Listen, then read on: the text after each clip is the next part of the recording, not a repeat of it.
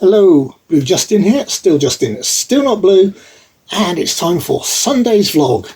And did we get to watch the James Bond 4K that I hoped to? Yes, we did, and that's why I finally found my new Bond Villains t-shirt. And today's Bond villain was, here we go, you can see it down there I think, Rosa Klebb with the dagger in the shoe. That's her there. Yep. So yes, that's obviously from Russia with love, and that one holds a little bit of a special place in my heart because it's apparently the first movie that my father took my mother to see at the cinema. So yeah, a bit special there for me. It's also interesting in that for a couple of things that I thought that it was a not save the world type mission.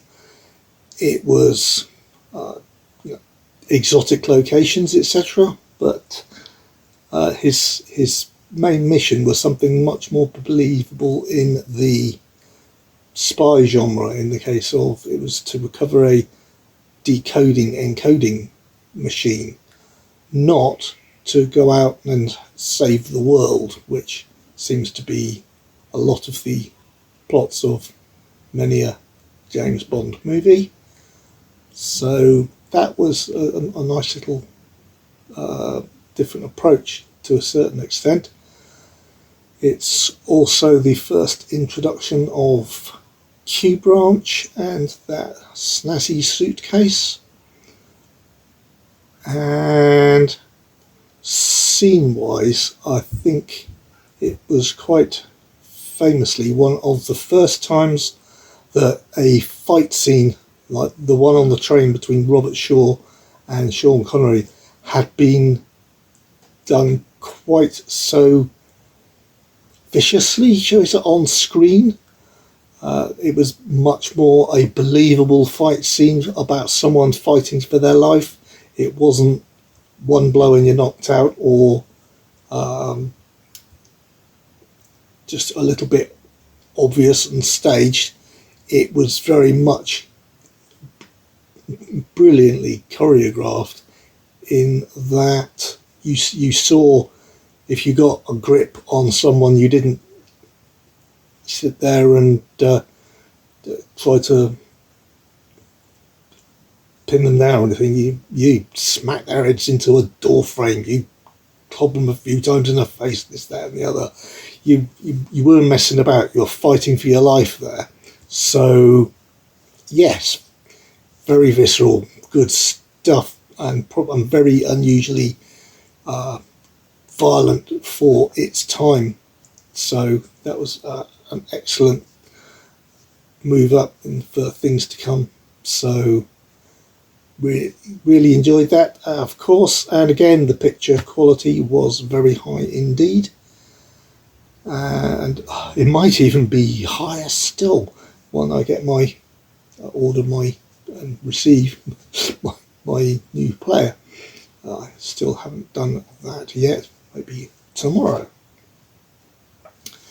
And what else was going on after watched James Bond? There was still time in the evening because I got up late again, so we didn't start watching Bond until late. Oh, I have to apologise, yes, from Russia with love. This is the 4K that we watched, and the discs again plain. I can't remember if I showed you last week, but the 4K in this case is red. The Blu-ray is the same colour as the Blu-ray on Dr. No. So that's mid-blue colour, sky blue. But the 4K disc is red, which is different. It was a pale blue for Dr. No. So this is the first time we've got a wraparound sequence, as I think I mentioned before, with James using letting his shoulder be used as a firing rest for the local spy master. So, yeah, I almost forgot to show you that. A bit foolish, being as that's the whole point of having the 4K set. So, what I was going to say, I woke up late, so didn't have much time. But we still got the James Bond in, and then we went on to watching some NCIS New Orleans, and I guessed the villain in inverted commas within 30 seconds of the whole thing started. And I think even my wife was surprised at just how quickly I spotted this one. I said, well, she works in such and such business, and they're never going to be the good guys, are they? So that was it was a fun story, but it was a little bit disappointing in that it was quite so obvious that they weren't going to be blaming one of their own by the end of the episode, however bad it actually looked. So, what else did we get up to? Waiting for... Oh yes, as I said yesterday, I put in an order at Amazon, and I hoped it should have arrived today, and it did. So this was it's described as a horror fantasy comedy, and that was the Blu-ray that I ordered was Death of a Unicorn.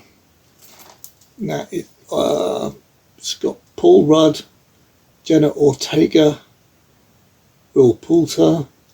The bad guy, so to speak, is Richard E. Grant. I like Richard E. Grant. And it's got Téa Leoni. Téa Leoni. Now, obviously, Bad Boys was a long time ago now. I keep on trying not to think of how long ago it is that I saw certain films, because it feels like yesterday, and it isn't. I'm getting a lot older. Surprise, surprise. But I can't believe that just the years have been that unkind to her, and in which case they shouldn't have made any, they won't have made any difference to her eyes, in which case I shall still be happy to, if I had to die, just die drowning in her eyes. So there you go. But enough of my death fantasies. That's, yeah, like I said, Death of a Unicorn, where a father and daughter, which is Paul Rudd and Jenna Ortega, accidentally kill a unicorn while en route to a weekend retreat, where their billionaire boss is, who's Richard E. Grant. They take it with them, and the boss seeks to exploit the creature's miraculous curative, let's not put two words together again, properties, and looks like it all goes horribly wrong for them, which is good for us watchers. It's only got a couple of special features, but those special features are deleted scenes and a commentary with the director. And if you're going to have two special features and that's it, in my opinion, deleted scenes and a commentary are the way to go. It's nice to see that they're proving again that just because it's a Blu-ray, you don't have to be tight on the audio. In actual fact, it's a Blu-ray with Atmos, and there's far too many companies who are putting out films where they have an Atmos soundtrack and deliberately downgrade it for the Blu-ray to try and force people to go to the 4K to get the Atmos soundtrack, where Blu-ray is quite capable of having an Atmos soundtrack. Thank you very much. but I think that they try to force, well, if you want the best quality, you should go for the 4K. And it annoys me quite a lot. I think I've gone off on this little mini rant a couple of times before. But I'm really, really looking forward to seeing this. Now, I don't know how much of a horror it is, but I shall find out, obviously. I can't remember how long it said it was. Will I have time to watch it at any point? So, yes, it's got, by the way, it's got strong bloody violence, horror, gore and language, so hopefully we've got a decent amount of gore in there, and it's 107 minutes, so something I could potentially watch before bedtime, as long as I didn't mess about too much. The other thing I did this evening, one of the other things I did this evening was I went over to Amazon Germany. Now, with Amazon Germany, I did have an order in that was due later this week, and I saw it coming, and I thought, I thought to myself, must remember to do something about that, because I'd ordered this way back before my credit card got cloned. So it was still going to be paid by the old credit card, and it would obviously have gone wrong. And being as it was one of those items that they said it will take up to about 6 months to be in stock, I didn't want to cause all sorts of problems with that, and so I revisited it, and it's a bit of a shame that you can't change the payment method at that point. For some reason you have to cancel and reorder, which meant obviously that it's going to be a bit later. It might actually go out now after the end of July, in which case you won't see it on the vlogs anyway. Obviously you'll see it on the August haul, I hope, if that's the case, but at least it won't run into difficulties with the card when it goes through. I don't know why it's one of those ones that takes so long to come into stock, but it did. And either I tend to find with those, they say it'll be delivered sometime in the next 4 months. Either they suddenly find a copy and send it out to you within a week or so, and went, oh yes, actually we have got one, it came in. Or, and it does usually take the full time, because they've promised it to you, they'll make sure they source one. This was obviously the latter case, and I wasn't going to get Megalodon 1 and 2 uncut until right at the end of the dates. Yeah, I was going through a shark phase when I ordered these, and I'd ordered Megalodon, and I ordered and received Megalodon Fury, which sounded good fun. But just about the time of the Meg, so they were making sure all the old Meg films were being re-released to cash in, etc. So yes, I ordered and received Meg the Fury, and then I Megalodon the Fury, and found out that it was actually the third part following on from Megalodon 1 and 2. So I bought the Megalodon 1 and 2 double pack, which is coming from, like I said, Germany. I'm not sure if we've got Blu-ray in this country, or if we did, it was obviously hard to get hold of, or just expensive, but I suspect Germany was the place to go. They do seem to be having the widest range, and Europe by far. So yes, I cancelled and reordered on that, and will await that arrival, since I've waited for it for about 6 months now. I think I can wait an extra two couple of weeks. At least it wasn't a case of which is what I was worried about, that I'd cancel it, reorder it. Either it wouldn't be available, or it would be another 6 month wait. It isn't. It's just another couple of weeks wait, and so that's not too bad at all. And in actual fact, it was a little bit cheaper, so I can't really complain. And what else did I get up to? Oh yes, I did some ordering, because I'm a bad man. And even though I know I'm supposed to be cutting down on spending at the moment, and I am doing, and I said I would, and I'm cutting down on because I have to. However, hey, the 86 anime steelbook isn't out until the end of October, so by then I'm hoping my finances will have recovered, so push that one smoothly forward into the future and give myself something to look forward to. And it is very expensive, because not only is it anime, it's anime steelbook, so yeah, I think that's just two things. You put those two words together, you might as well treat it like it's like ordering a multi-tier cake, and they're going to go, oh, it's multi-tier, that's going to cost you a fortune. And then you tell them you want it's a multi-tier wedding cake. You added the word wedding on the front, and therefore they multiply the price by 5. So it's anime, very expensive.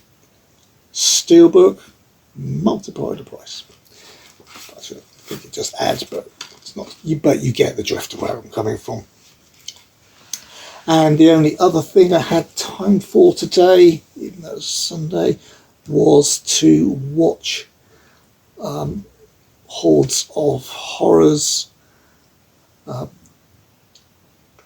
commentaries back on films that she'd given 5 stars, 10 stars she loved, that other people had reviewed on either Letterboxd or IMDb as 1 star because they hated them and you loved them. And then the following week she did films that she hated and other people had reviewed them as the best thing since sliced bread. So I watched those two.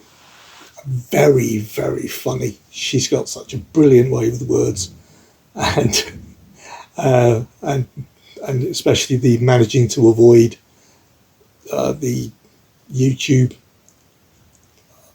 not filters, but the demonetization words, etc. That's always funny to watch. But some of the sometimes I thought slightly cruel, but it's her channel. She got every right to be fight for what she believes in, especially she was giving very fair arguments, but she did it in such a funny way. And she did say at the end, everybody has the right to like what they like, but these are the reasons I disagree. So that was great. And the first one especially, that the films that she loved and other people gave 1 star to reviews, that was so popular. She's doing a sequel in August, so I'm really looking forward to that, because she was just having such a good time with it, and everybody else obviously had such a good time with it. So she asked, did anybody want to see a sequel, her do some more, and just about everybody voted yes, and she was very happy to oblige because she enjoyed it so much.